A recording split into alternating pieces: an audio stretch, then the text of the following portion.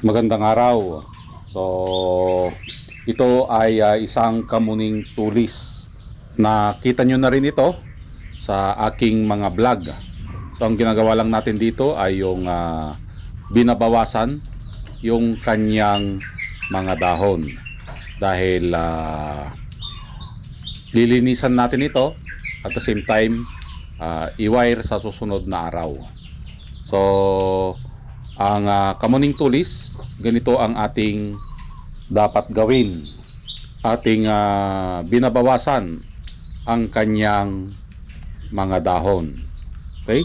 So, ang kamuning tulis ay napapabilang sa hindi kinakalbo na bonsai. Nagtitira lang tayo dito ng isang dahon para yun ang magsipsip ng tubig at patubuin ang nodes sa kanyang mga sanga.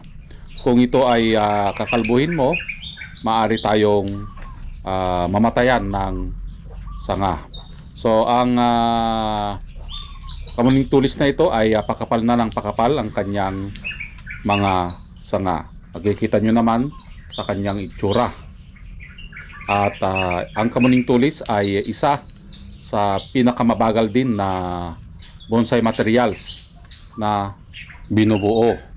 So isa silang hardwood. Yun ang napansin ko sa hardwood. So unlike sa mga softwood, mas mabilis silang magpalaki ng mga sanga. Ano ba yung mga example ng softwood? So katulad ng bougainvillea, mas mabilis silang lumaki or tumaba ang mga sanga, unlike sa mga hardwood katulad ng kamuning tulis. Isa pa, ang kamuning tulis ay ayaw niya yung palaging nawawire. Kung mapapansin nyo, wala na itong wire. Tinanggal muna natin at hinayaan na lumago. Kaya naging ganito ang kanyang itsura dahil ang gustong gusto nito ay yung clip and grow. Ayaw niya yung palaging nawawire. Masyado kasing manipis ang balat nito. Kaya kapag ito ay nabalian, ito ay maaring mamatayan ka ng sanga. So yan guys, natapos na nating gupitan. Okay? Ito yung kanyang kinalabasan. So kung titignan natin yung kanyang mga sanga, medyo madilim na dahil naulan. Okay? Yan. Medyo itim-itim na. So, after nating makakalbo or mabawasan yung mga mga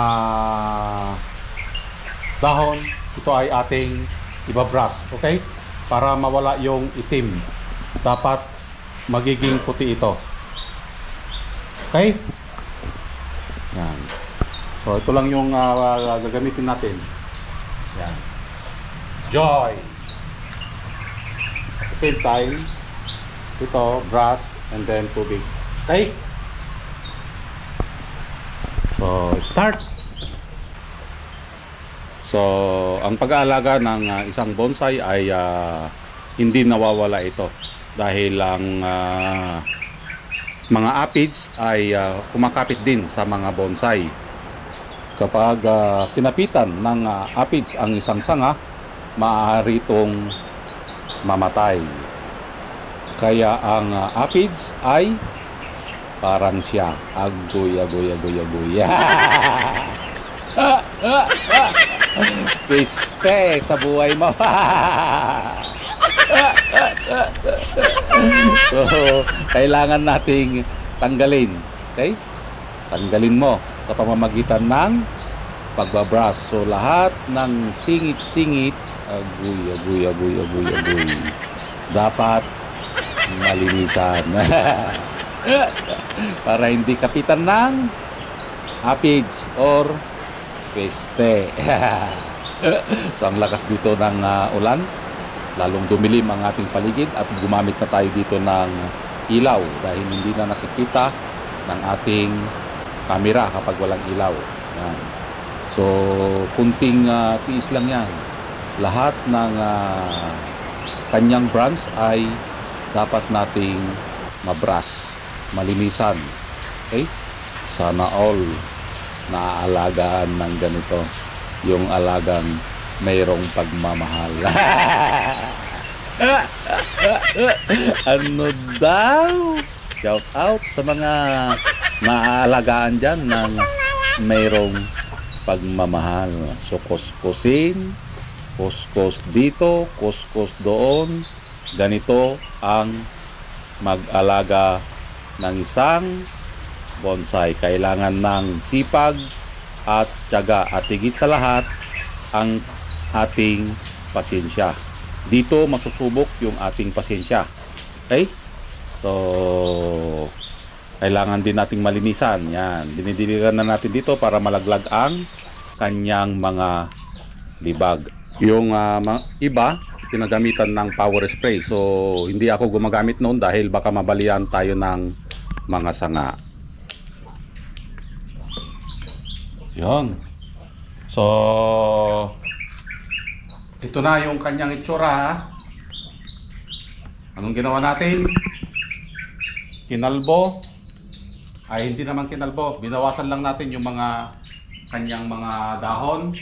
Dahil itong kamuning tulis ay hindi kinakalbo na bonsai. Dahil kapag kinalbo mo ito, may mas chance kang mamatayan ng sanga. Okay? So, ang ginawa natin, binawasan and then kinuskos yung mga kanyang libag, yung mga maiitim na part ng kanyang katawan. At ito na ang kanyang itsura. Okay? So, camera, ipakita mo. So, kung mapapansin nyo, malinis na ang kanyang katawan at mga sanga dahil sa ginawa nating pag-brush. Yan, so halos pumuti na lahat ang kanyang sanga at sinigurado natin dito na natanggal yung mga kumapit na aphids. So kapag ang ating sanga ng isang bonsai nangingitim na, ibig sabihin kinapitan na yon ng aphids. So ganun lang ang ating gagawin, i-brush lang natin ito hanggang sa pumuti at matanggal ang aphids. So isa sa pinaka-paborito kong bonsai materials ang kamuning tulis dahil sa taglay ng ganda ng kanyang katawan. So nakita nyo na, malinis na ulit ang ating halaman. Okay? So iwa-wire pa natin ito. Abangan nyo na lang kung ano yung mangyayari sa kanya ulit. Dahil may mga mahaba pa siya na sanga. Okay? Na pinapalaki natin. Okay? So maraming salamat at nasamahan nyo na naman si Bonsai Stamlon po. Hanggang sa muli. Bye-bye.